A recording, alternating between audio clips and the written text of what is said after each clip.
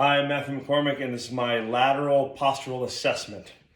So I have Devin helping me out again, and for our lateral assessment, just from kind of a global marking standpoint, biomechanical markings, what we've done is we've placed a marker at the mastoid process here. We have a marker at the acromioclavicular joint here, down. And then just posterior of the knee joint line, just posterior of the lateral epicondyle. And then we have a marking here on the lateral malleolus. So from just kind of a broad view, you would like to see all of those points in line with one another. And that'll give you a good idea if there may be some static postural dysfunction. As we stand back, you can see that everything is relatively in line with one another, but we can get closer for a little bit more of an in-depth look. Just shift that up so you can see me. There we go. So the first thing we're looking at is a head positioning. Is the head protruding forward? And the biomechanical markers of the mastoid process and the acromioclavicular joint will help us out with that. If this mastoid process marker is anterior to the AC joint, we know that may be indicative of some forward head posture. The scalene's kind of pulling that head forward. We could also get a good visual of Devin's neck if we see some excessive lordotic curvature of the cervical spine. Once again, and everything here looks pretty in line. You don't see any excessive, any excessive lordotic curve. You could also not have enough of that curve, right? So lays a little bit more flat because you do want that slight lordosis in the cervical spine. And either way, if you don't have enough, if you don't have too much, that may cause a little bit too much shear force, a little bit too much compression force, and may put her at risk for injury. When you're looking too, you also want to be cognizant of the excessive kyphotic curve, a Dowagger's hump, and that'll present in a forward head protrusion with some excessive curvature of the cervical spine, and even perhaps some protrusion here at the C7-T1 junction with maybe even a little fatty deposit right there. And you'll see some kyphosis here happening at the upper thoracic spine. So that's all three of those combined will give you a good indication if there's some Dowagger's dysfunction going on there. But as we can see, Devin, she may have a little forward head protrusion, and that's going to be a little offset too if her shoulders are rounded in, which we know that they are from her posterior assessment. If the shoulders are rounded in, bringing that AC joint forward, and the head is forward, well, it's going to look like it's aligned with one another, but that could be indicative of two dysfunctions that actually kind of line up with one another. And they are aligned, but we can see that the shoulders do round forward into some scapular protraction with a little bit of internal rotation here at the humerus. So we can begin to suspect that, okay, maybe there is some forward head posture along with some shoulder rounding there too. So we can make our way down. Once again, we've taken a look at that. We want to take a look at general muscle bulk for atrophy or hypertrophy when you do that bilateral comparison. We've already talked about the curvature of the thoracic spine. We want that slight natural curvature. If it's too excessive, if there's some kyphosis, you'll see that sort of hump-like presentation. Also, if there's not enough kyphotic curvature, we'll see just a completely flat back, and that could be, just as detrimental as excessive, an excessive kyphotic curve. So we make our way down, down the torso. We want to take a look at the abdomen area. Is the abdomen protruding forward? If there's some excessive protrusion of that abdomen, that may be indicative of some lordosis happening at the lumbar spine.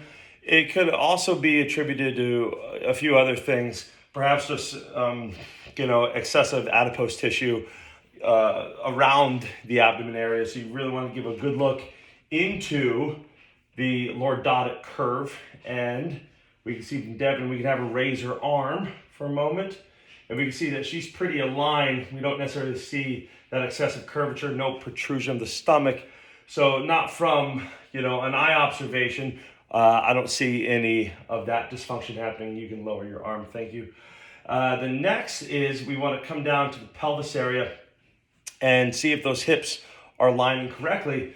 And what we can do here is we can palpate her posterior superior iliac spine and then palpate her anterior superior iliac spine. And we can get some markers, or we can just kind of view with our eyes there. And what we're looking for is for those two palpations to be level with one another, right?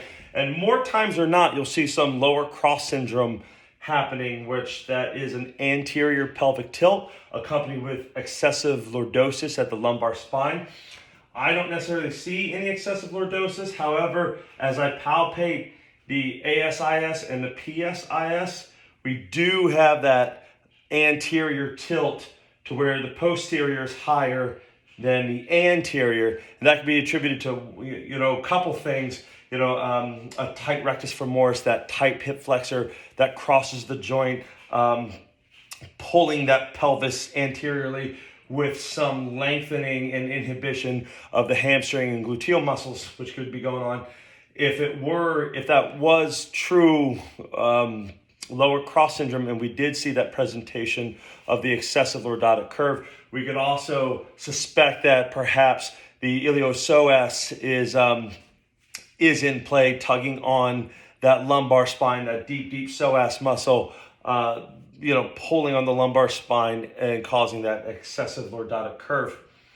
So from here, we move down to the upper thigh area. We want to check bilateral comparison muscle bulk on one side or the other. Just trying to observe some either hypertrophy or some atrophy. And we know that to be, maybe there's some compensation, maybe there's some poor recovery from injury, maybe poor lymphatic drainage.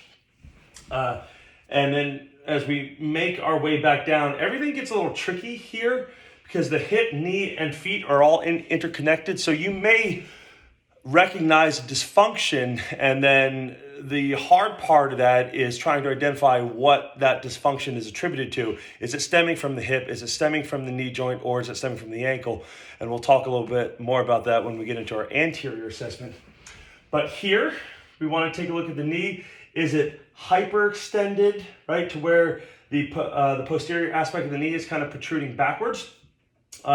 Is it flexed? Can you bend your knee? Is it excessively flexed, which will be in that position, right? Or is it in line? And we can see, right? And once again, we can use our markers here to travel that lateral plumb line to see where this marker matches up with that, that sort of imaginary line, or where it marks up with her AC joint and her mastoid. But we could see here, and I'm kind of taking a look at the patella. That patella is kind of being compressed a little bit deeper into that socket, into the femoral groove, the femoral, condylar groove. And there is some hyperextension happening here. And we can kind of confirm those results if we wanted to by taking a look at the feet, at the ankle joint down here. And oftentimes, hyperextension will be accompanied with a lack of, excessive plantar flexion, or a lack of dorsiflexion. And we can, though it's not too prominent, we do see, a little bit excessive plantar flexion happening at her ankle joint here. So even though it doesn't completely jump out at me, I would suspect maybe a little hyperextension happening here, just because I can see that patella kind of smashing into that condylar groove, that femoral groove, and I'm seeing a little bit of lack of dorsiflexion down here at the ankle joint.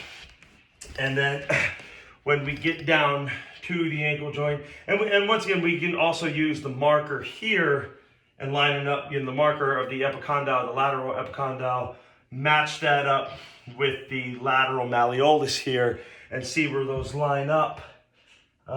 So for here, it actually lines up pretty nicely.